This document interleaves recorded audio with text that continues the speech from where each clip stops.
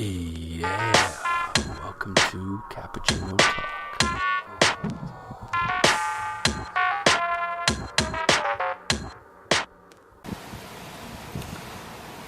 What's up, guys?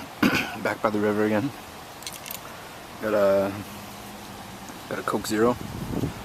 Killing my kidneys with a Coke Zero.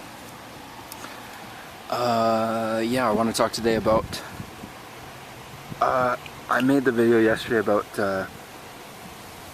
about my work and girl situation at the moment, but if anyone cares or whatever, I just thought I might as well give a kind of history to my work situation and my girl situation. So,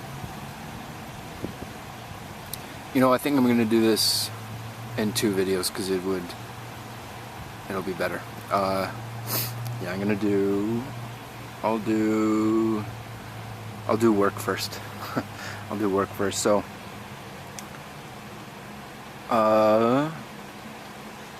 when I didn't really get my first job until I was 21, because before that I was kind of a menace to society and, going to rehab and drugs and shit. So yeah, before I was 21, I didn't have a job. I got a job at a golf course. It was pretty good. It wasn't that bad. And then I ended up getting fired from there because I was late, because I had to be there at 6 a.m. or something, and I was like constantly late. Excuse me. Because I need to take the bus. I don't know, whatever. It just like I fucked up, and I was 21, and I don't really care. So from there, I had a kind of a life coach at the time. And what he did is he told me to look in the paper, like he's fucking, 60. So anyways, he told me to look in the paper and apply to things in the paper. So I did. And I went to an interview, I got an interview, went to an interview, and it was for vector marketing. I'm pretty sure nobody, if you're outside of North America, you wouldn't have heard of it, because they're only in North America. But what they do is they have kind of a cool student marketing idea and business model, where they hire young people to go out and sell their product, and the young people get a large percentage of the sale, but they get very little salary, right? So if you're good at it, then you can make a shitload of money, because you're making, like, you work your way up to 50% and you're making a shitload. Like on one sale I made, it was a corporate sale, but on a single sale I made $5,500, for like literally 2 hours work.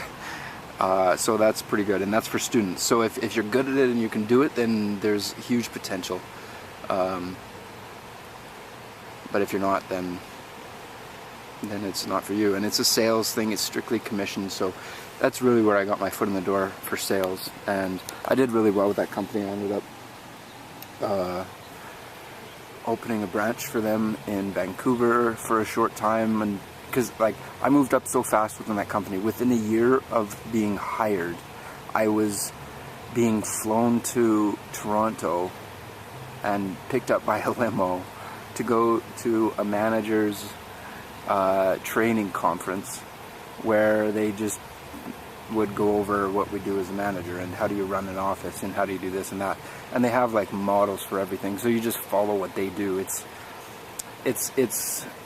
good and bad. It's good because their model doesn't take into account common sense in situations. Like, it does for the most part, but it doesn't leave flexibility for common sense to come into play, if you know what I mean.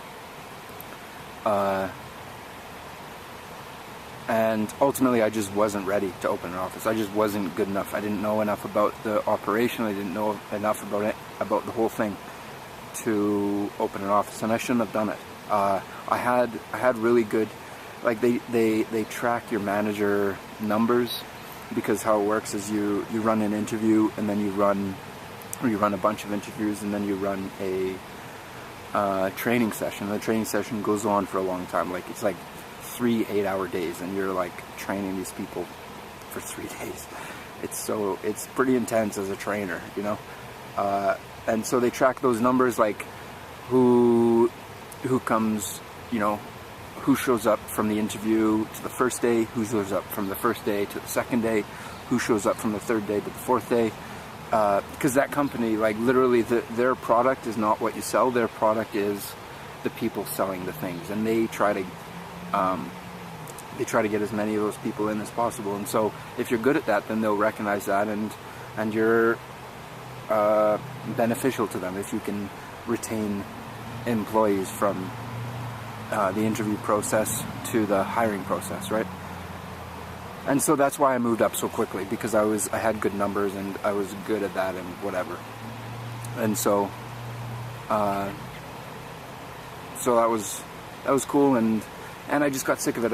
I just didn't know what I was doing. I was in Vancouver alone. I was like 22. This is the first real job I ever had. Like, I had no fucking idea what the fuck I was doing at all. So it was a good experience though. It was awesome. I learned a lot, and it was really cool. Moved on from there. What did I do? I honestly can't even remember. Like, I'm really bad with timelines, but I'll just kind of do the highlights. I'm not going to do like a timeline. My dad owns a construction company, and it's not a big one, but I worked with him a lot, and I got some good work experience doing that. It was just mostly construction and carpentry and just general labor, really, but it was interesting to do, and you know, it was all good. And I worked on a project with him, and I actually used that to pay for my Peru trip, which was awesome. So that's really good. And then I sold cars for Mazda, and it was so shitty. My fucking manager was like talking about, like, he was like a 45-year-old Filipino guy, and he was talking about like going out and like how many prostitutes he got over the weekend or something, and it was like, just like, I don't care what anybody does, but he has like a wife and kids, and he's like telling us. It was just so fucking awkward. It wasn't like, you shouldn't do that. I'm like, you know, I'm not trying to morally tell this guy what to do, but it was just it's just fucking awkward. So yeah. And then I worked at Xerox. I got hired at Xerox. I was pretty lucky to get on there. I knew a guy that I had worked with at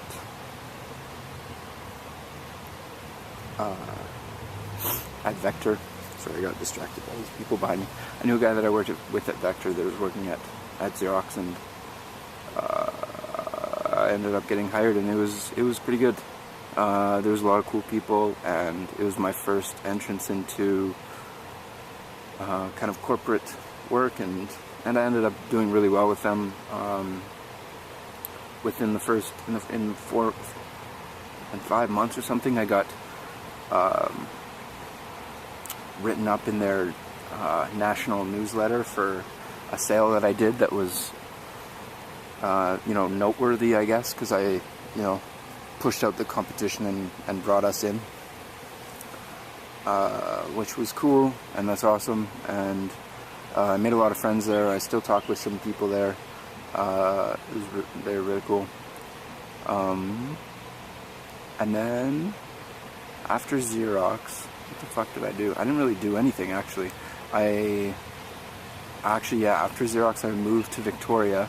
I worked at Boomers, and I learned all about computers and how computers work, and I built many computers in that time, and I sold computer parts and built computers there, and it was pretty good. The people there were dicks, though. Like, they were lazy dicks. They just were lazy dicks. I don't know what else to say. They just wanted to do exactly what they wanted to do and not change it, regardless of if it could be better or not.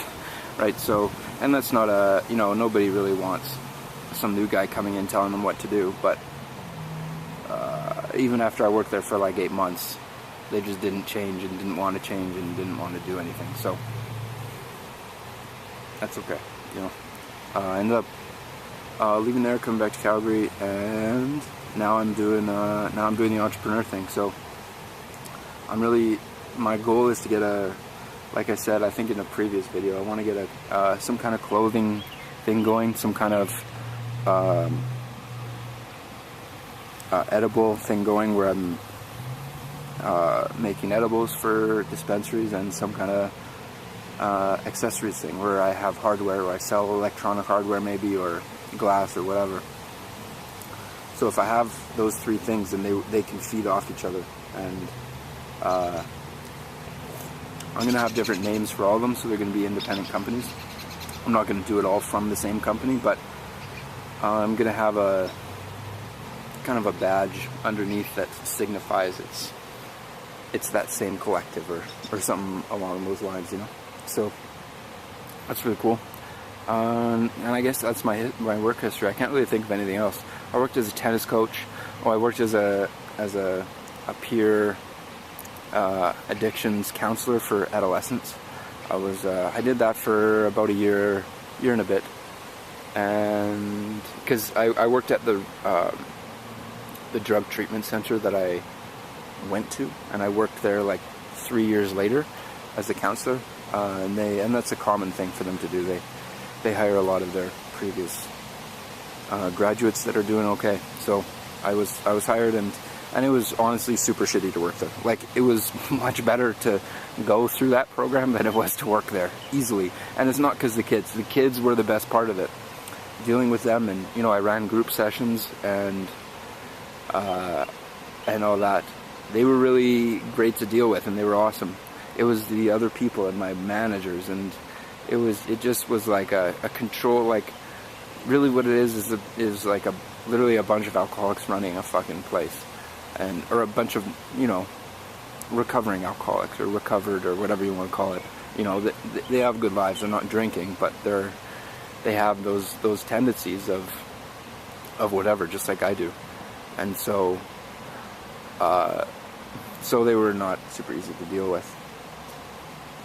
And I kind of didn't really go back there after I worked there, because I just disagreed fundamentally with so many things that they did. But that's okay, because they've been open for 15 years, and they do pretty good. They do pretty good. They're doing good work, and it's a positive thing that they're doing. So I'm definitely not hating on them. Just working there wasn't a great experience for me. And I have friends who work there and they loved it. So it's I'm not trying to knock them, just telling you my experience. So yeah, that was that. And I was a counselor there. I ran sessions. I had I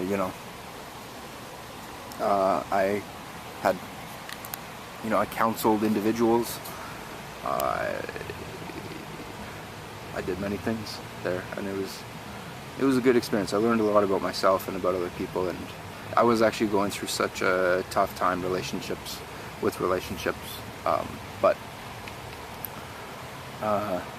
yeah, so that's my work history. That's what I've done up until now, and that's kind of a little bit about what I want to do for the future. So yeah, let me know what you guys think of that.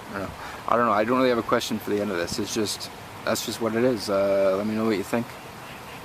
Make fun of me if you want. It's all good. Like, I'm really, I like, be creative though. Like, make fun of me, but be creative with it. Then it's all good. If you're just like, you're a dick or something, like, it's just stupid. It's not even funny. So feel free to do that. Feel free to like, feel free to dislike if you thought I went on for too long or whatever. But yeah, have a good day, guys. Yeah, thanks for listening to another episode of Cappuccino Talk.